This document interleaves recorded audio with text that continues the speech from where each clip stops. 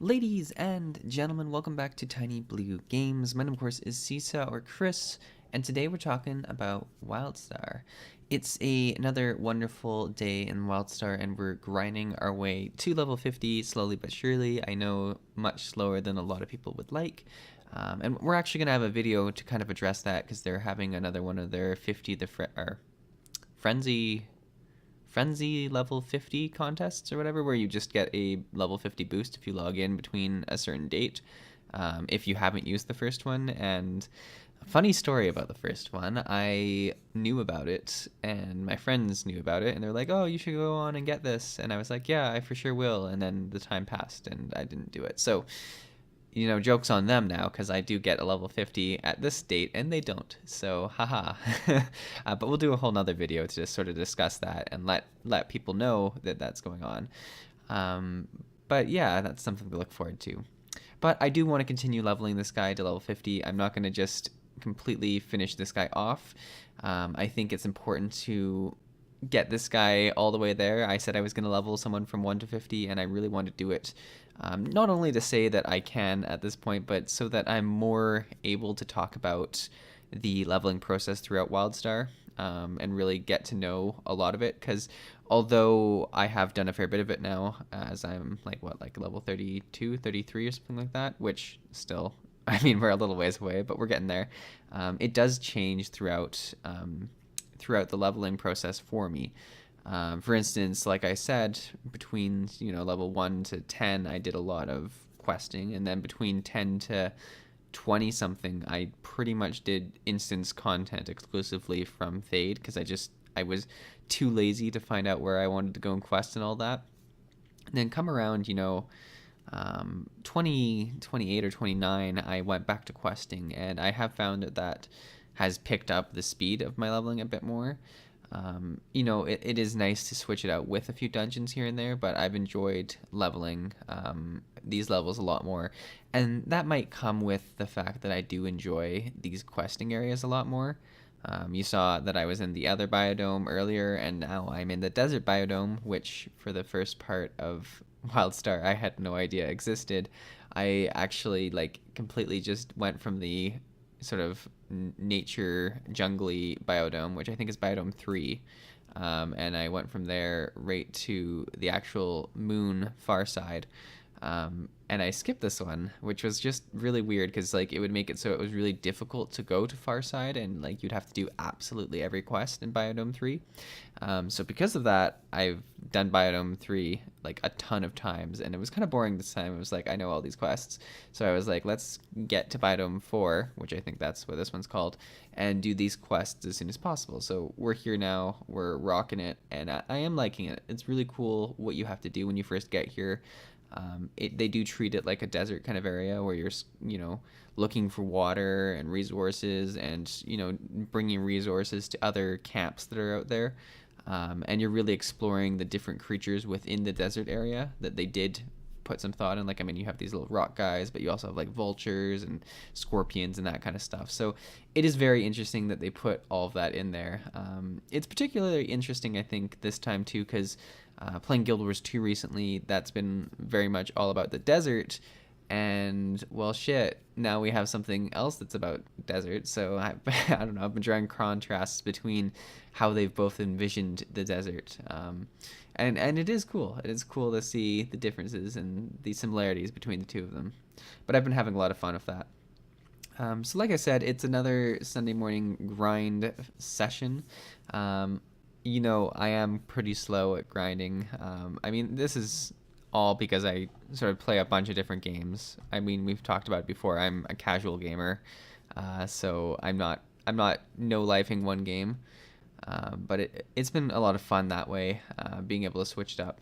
But yeah, I think I'm getting closer to this, and I would realistically think that this guy will start hitting 50 soon, because now when I go on, I'm very precise about what I do, and I get a couple levels, and then I log off, instead of just sort of wandering around doing nothing. Mind you, I did this time decorate my character a bit more. You can see that I've busted out the hollow wardrobe a fair bit here. I've got a lot of my level 50, my level 50 gear from my engineer on, and then I found this really cool bone sword that I really enjoyed. That's something I very much enjoyed about this game too. Is the swords are very different. They have a lot more creative freedom in this game than they do other games when it comes to swords. Not to say that, World of Warcraft, Guild Wars 2, all those games don't have crazy swords too, but I find that WildStar can have swords that don't even really look like swords that much, and it's more even like just big slabs of rock that you're beating people with. Because warriors in this game, to me, are much more about strength than a lot of other games. Like sometimes warriors are like about finesse or tactical ability. In this game, they're about the ability to absolutely beat someone to a pulp with a piece of rock or something like that. I think it's cool that way because they can, pretty much give you anything big and two-handed in your hand, and I'll believe you that it's a two-handed weapon that this guy should be using. So I have a lot of fun with that. But yeah, it's been pretty good. It's a Sunday, like I say, and this has kind of been one of the bigger things to get used to, as an adult who has a real full-time job and stuff like that, is that I work Monday to Friday every week, and I have Saturday and Sunday off every week. And it doesn't sound like that crazy of a thing to get used to, but I'm more of a person who's used to having it where some Sundays I have to work, or some Saturdays I have to work, some weekdays I would be completely off of school and stuff like that. Like there was a bit more variance there, and the most important part is it wasn't always consistent. Like sometimes I would work on like the weekends, sometimes I wouldn't. Sometimes I would have group projects or something that made it so I couldn't do stuff on the weekdays. Some days I would be completely free on the weekdays. And just getting to a point where I know in advance that all this is happening is going to make it a lot easier for me to plan when I do this. For instance, I think Sunday morning is a great time for me to make some videos and do some early morning gameplay. But it's just difficult to get used to right away because I'm like, I feel like I'm super busy during the week. And I'm like, ugh, I don't have any time to make videos. And then I get to the weekend, I'm like, oh, this is where all my time is. There we go. But I do have to share it with other things. Like I've been trying to do some other stuff. Like we've been trying to get into meal planning a fair bit. I don't know if anyone here does that as well, where you make a lot of your, well, first you plan your meals. That's what meal planning is. But we do meal prep Sunday as well, where we try and prepare a fair bit of stuff for the week on Sunday. And this is beneficial as it does let you have a bit more time across the week, especially when you get home from work. But it's also very good because it allows you to really analyze and see where a lot of your budget's going for food and stuff like that. I find that's very important, especially if you have just moved out and you're not really sure how much it costs to move out. So I've definitely been trying to track that as much as I can. I mean, we've been doing a weekly budget and seeing where a lot of our money goes and stuff like that. So it's been a lot of interesting things like that my time's gone to that it hasn't ever gone to before, and I've been having a lot of fun with that. But yeah, it's been good. I've really enjoyed living on my own and having the space and the freedom to do stuff whenever I want. I find that that's been very, very freeing, just to know that if I do want to do a video right now, I can. If I do want to do something right now, I can. If I do want to binge watch Stranger Things all weekend and not be judged, I can. I mean, who hasn't been watching Stranger Things? It's been pretty good. I've actually been very impressed with this season. I mean, for a lot of these hugely popular TV series or books or movies, the sequels or the next seasons are often really hard to do well, because there is just so much pressure for them to recapture that originality that happened in the first season. And, to a point, it's never going to be the same as the first season because we're not all rediscovering this or anything like that.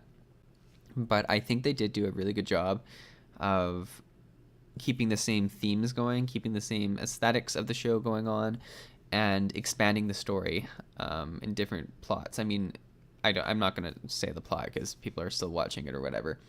But I found that, just by having multiple different plots that they analyze, and even more so where they have full-on episodes that deal with one plot in one episode and a different plot in the next episode, allows the story to really spread open a fair bit and leaves a lot of room for the future. So I did have a lot of fun watching. I mean, I'm not done yet either. I've got a couple episodes that I'm going to watch today, when I'm feeling brave enough. But yeah, it's a really fun show to watch. So yeah, I don't know. This is kind of a video style that I've been trying out more. I don't know if you've realized it, but I've probably done it for about the last 3 or 4 weeks. Every so often, I'll do a video where I just have a bit more freedom in terms of what I talk about. Like it's definitely more of a vloggy style video while I'm actually while I'm questing. What I'll do is I'll quest and I'll have like a little piece of paper beside me, and while I'm questing I'll just think of things that I do enjoy talking about. For instance, now that I've fallen into this awesome cave, and you saw I just actually fell into here by clicking on like a pile of like rubble and stuff like that. This is exploration done perfectly in my mind. The ability to just randomly see this cool object that you want to go and interact with, and it leads you to a completely new area. I think that's super cool. It's really just a lot of fun. Sorry, my cat was just like attacking, and it's not my cat. It's like a different person's cat that I'm watching, but the cat was coming at the microphone, and I had to react quickly. So I'm sorry about the sounds. And if it's pissed off now and you hear me getting attacked, I'm very sorry about that. I'm really sorry. Come on, go on. But yeah, it's very interesting to be able to just think about things while I'm questing and then bring them up later in a conversation. I found that this is a very fun way of me to get my leveling done too, because it makes it more than just leveling, where I'm like, hey, what do I want to talk about today? And this exploration, like I was saying, is very interesting. It's, in my mind, almost better than sometimes what you see in Guild Wars 2, where sometimes in Guild Wars 2 there'll be exploration and there'll be little point to do it. I find, like, I mean, maybe you'll get an achievement, like one achievement point, or maybe not. Sometimes they just put places in to look nice, which I fully get. I think that's cool that they do. But what I like in WIldstar is I fell down here, and it was like, initially I was exactly like, hey, there must be something to do down here. There's not just going to be this area for no reason. And, lo and behold, there's a quest to start, and you just have to kill things. Now I do have to find out where I need to turn it in, but that's part of the exploration, isn't it? It's part of the fun. I don't know. It's been a good time.